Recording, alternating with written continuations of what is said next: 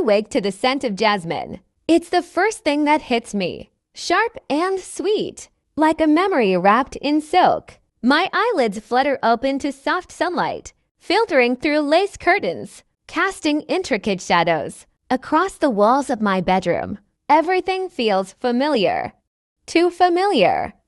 The birds are singing, not just any birds. Those annoying little sparrows that used to perch on the windowsill every morning, chirping like they had something important to say.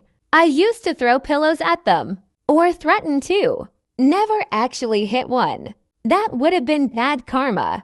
My heart pounds as I sit up slowly, the sheets slipping off my shoulders. The room is exactly as I remember it. The antique dresser with the chipped corner. The faded photograph of my parents on the nightstand. Their smiles frozen in time. The same lavender-scented candles, resting beside the framed sketch Rykar once drew of me. But then I see the calendar. March 3rd, 2015. A decade earlier.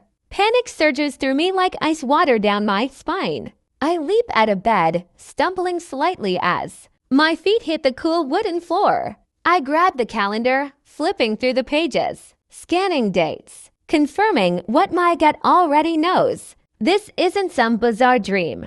I'm back. I'm really back. Memories flooded me, raw, unfiltered, and agonizingly vivid. The betrayal, the fire, the pain. The way Rykar looked at me that last night, his eyes cold and calculating, like I was nothing more than a pawn he'd grown, tired of using. Samira's laugh echoing through the smoke, the flames consuming everything I'd built, including me. And yet here I am, alive, breathing, with a second chance. I sit on the edge of the bed, my hands trembling, my body feels younger, lighter as if time itself has unwound its grip on me. But my mind, it's sharp, honed by 10 years of suffering and survival. I never got to live this time around. I close my eyes and let the memories crash over me. Not the good ones, not yet. The bad ones, the ugly ones. Because now, I have the power to rewrite them. Rykar will not betray me again. Samira will not steal from me again. The fire will not take me again. Not this time. I press my palms into my thighs, grounding myself. The fear is still there, lurking beneath the surface. But so is something else. Determination, purpose, and revenge. But revenge alone won't be enough. This time, I need strategy. I need foresight. I need to build an empire strong enough to survive even the most vicious storms. Starting today, I begin small, carefully. I check my bank account. It's pitiful. Barely enough to cover rent for another month. But I know what's coming. I remember the tech boom, the rise of cryptocurrencies, the real estate crash in certain markets, and the booming success in others. I invested cautiously at first, buying low and selling high, watching the numbers climb. People thought I'm lucky. Some whisper about insider trading, but I don't care. Let them talk. I'm playing a long game. I start consulting for startups, offering advice that seems eerily prescient. I started making friends in high places. Enemies too. Old faces return. Some kind, some cruel. But I greeted them all with the same calm smile. Rykar reappeared within weeks. He's charming, smug, and utterly oblivious to who I really am. He thinks I'm the same naive girl who once adored him, who believed his lies without question. He didn't suspect a thing. Still chasing dreams, Arya? He asks during one of our early meetings. We were at a coffee shop, the same one where he first proposed we start a business together. Back then, I thought he was my partner in life and work. Now I see him for what he is, a parasite dressed in Armani. I smile sweetly, always. He laughs, unaware that I'm already 3 steps ahead. It happened on a rainy Thursday afternoon. I was in a downtown bookstore, flipping through a biography of Warren Buffett. Because yes, I've decided to become the next richest woman in India. When I heard the crash, a stack of books topples over, nearly hitting a young boy nearby. Without thinking, I dive forward and catch the falling pile before it can crush the poor kid. Whoa, a deep voice says behind me, "You've got reflexes." I turn to see a man in his early 30s, tall and broad-shouldered, with dark curls and eyes that seem to hold galaxies of secrets. He's holding a dripping umbrella in one hand, a paper cup of coffee in the other. "You okay?" he asked. I nod, just saving literature from destruction. He grins. "I like your style." His name is Kavian Malik. He's a venture capitalist with a reputation for taking risks on unconventional ideas. He also had a dry sense of humor and a kindness that radiates from him like sunlight. We end up talking for hours about books, about business, about life. He listened, really listened. And for the first time since returning to this timeline, I feel something shift inside me. Hope. Not just for revenge, but also for love. By the time I was ready for revenge, Rykar and Samira already built a sprawling empire on lies, manipulation, and stolen ideas. I watched them from afar, tracking their moves, waiting for the perfect moment to strike. Kavian helps me set up the legal framework. We hired investigators, gathered evidences, and planted seeds of doubt in the right circles. Rumors spread like wildfire. Whispers of embezzlement, forged documents, illegal partnerships. Then I went public. At a major investor event, I present irrefutable proof of their crimes. Photos, emails, financial records, and witnesses. The crowd grasped, cameras flashed, and phones buzzed. Within days, their investors pull out. Their partners abandon them.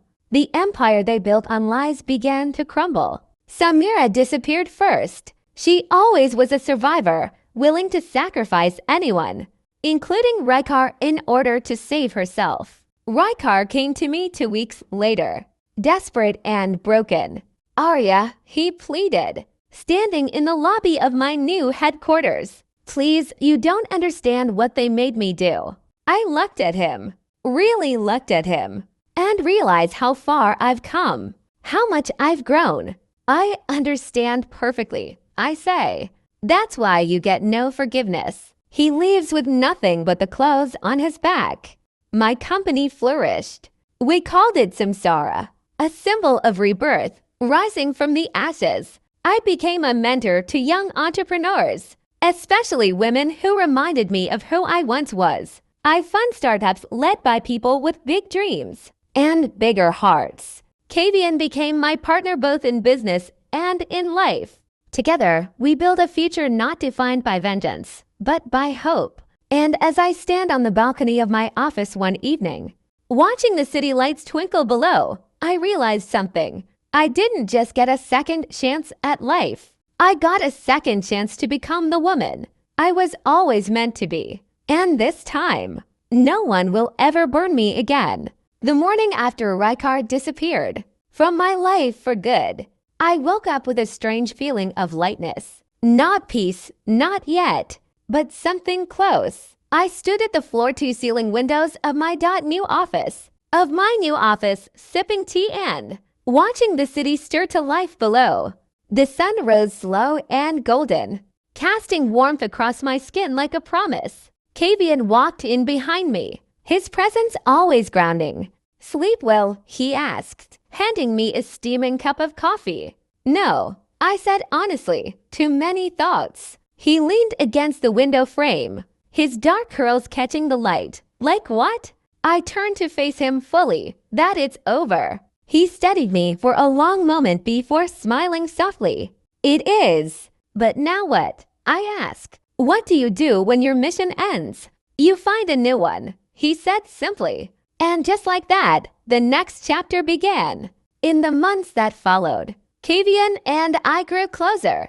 We traveled together. Paris for business, Bali for fun, Dubai for deals that would later define our success. We worked side by side, building Samsara into a global powerhouse. I became known not just as a ruthless entrepreneur, but as a woman who gave second chances to people, to ideas, to herself. Kavian proposed on a quiet beach in Goa, under a sky full of stars. He didn't get down on one knee or say anything overly dramatic, just looked at me, held my hand, and said, "I want to spend the rest of my life making sure you never feel alone again." I kissed him before he could even finish the sentence. Our wedding was intimate, just family, close friends, and a lot of laughter. I wore a sari stitched with gold thread, and he wore a suit that made him look like a prince. We danced until sunrise, barefoot in the sand. 2 years later, we welcomed our daughter into the world. She had my eyes and Kavian's smile. We named her Anaya, which means graceful gift. Holding her in my arms for the first time felt like coming home. Like every battle I'd fought, every tear I'd shed had led to this moment. She changed everything. Suddenly, my empire wasn't enough. I wanted more than success. I wanted to build a better world for her. So I launched the Anaya Foundation, a nonprofit dedicated to educating young girls and supporting single mothers through entrepreneurship programs. It quickly became a movement. People called me inspiring, groundbreaking, a force of nature. But to Anaya, I was just her mama. Raikar ended up working at a small cafe. Last I heard, he served lattes and tried to write poetry no one ever read. Samira vanished entirely. Rumor had it she fled to Dubai under an alias, living off what little remained of her stolen fortune. Neither of them mattered anymore. They were ghosts of a past I'd already forgiven, but never forgotten. At 42, I stood atop the Forbes list of Asia's most influential women in business. My company had gone public. My foundation had built schools across rural India. My daughter was growing up to be fierce and brilliant.